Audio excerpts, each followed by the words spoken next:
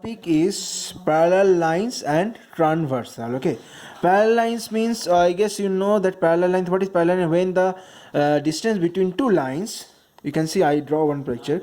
When the distance between two lines always constant. Okay, in other definition you can say non-intersecting lines are always parallel lines. Okay, if two lines are non-intersecting, they are parallel lines. Okay, like this. So, and what is transversal? Transversal means the line which intersect the other two line in 2 point. Okay, that is known as transversal. You can see this line intersected two other point, so it is this line L is called transversal, and these lines M and N, they are called parallel lines. Okay, now you can see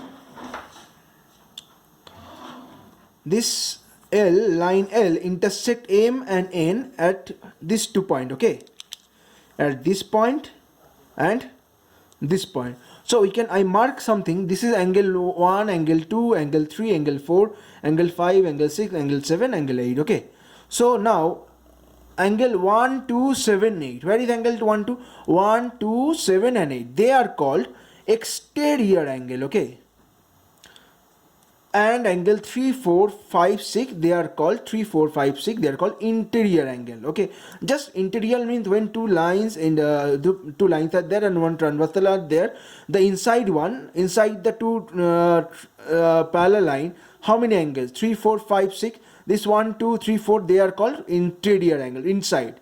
And exterior, okay, 1, 2, 7 and 8, they are called exterior angle. Now come to this.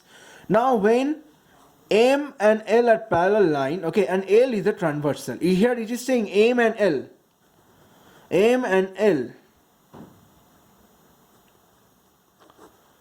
M and N, these two lines are parallel and L is transversal. Similarly, 1, 2, 3, 4, 5, 6, 7, 8, 8 angle, 8 angle we can see, okay, which are corresponding angle. This angle 1 and 5, this angle and this angle, the 1 and 5 is called corresponding angle. Similarly 2 and 6 also corresponding angle. Similarly 4 and 8 corresponding angle, 3 and 7 are corresponding angle. Okay, is it clear? This there we can get, so 4 pair of corresponding angle, 1 and 5, 2 and 7, 2 and 6, 3 and 7, 4 and 8. Okay, so we can see 4 pair of corresponding angle. Next is alternative interior angle. What is alternative interior angle? Angle 3 and angle 5 will be alternative interior angle. Okay, angle 4 and angle 6, angle 4 and angle 6, angle 3 and angle 5, they are called alternative interior angle. For alternative interior angle we can see, I will show you one figure, that is Z. In Z, this two angle is called alternative interior angle. You can see 4 and 6, right? So 4 and 6, they are making one Z alphabet, right? So these angle 4 and 6 are alternative interior. Similarly, this, look, this is making another Z. So look, this 3 and 5 also alternative interior angle. Okay, so we have to remember this figure alphabet Z. This two angle is alternative interior. Now another point is alternative exterior. What is alternative exterior? 1 and 7. This angle 1 and angle 7. Alternative but exterior, because it is exterior angle. 1 and 7 and 2 and 8. Okay, you can see 1 and 7 and 2 and 8 are alternative exterior angle. Another pair of angle is remain, that is interior angles on the same side of transversal. The very big name, but there is another two name is there. It is known as co-interior also, co-interior angle or allied angle or consecutive interior, consecutive interior. Okay, so interior angle on the same side of transversal is also known as co-interior angle, allied angle or consecutive interior. Which two angle? 4 and 5. Again I'm telling the name. Interior angle 4 and 5, interior, L is the transversal, and 4 and 5 on the same side of the transversal, right? So 4 and 5 interior angle on the same side of the transversal. This is transversal, and on the transversal left side 4 and 5, right? So interior angle on the same side of the transversal. Similarly 3 and 6 also interior angle on the same side, that is on the right side. 4 and 5 is left side, 3 and 6 is right side. So it is saying, so its name is interior angle. You can see they are interior angle on the same side of the transversal. Okay, so if you depict the name, we'll get the meaning. Interior angle on the same side of the transversal. 3 and 6 right side, 4 and 5 on left side. Okay,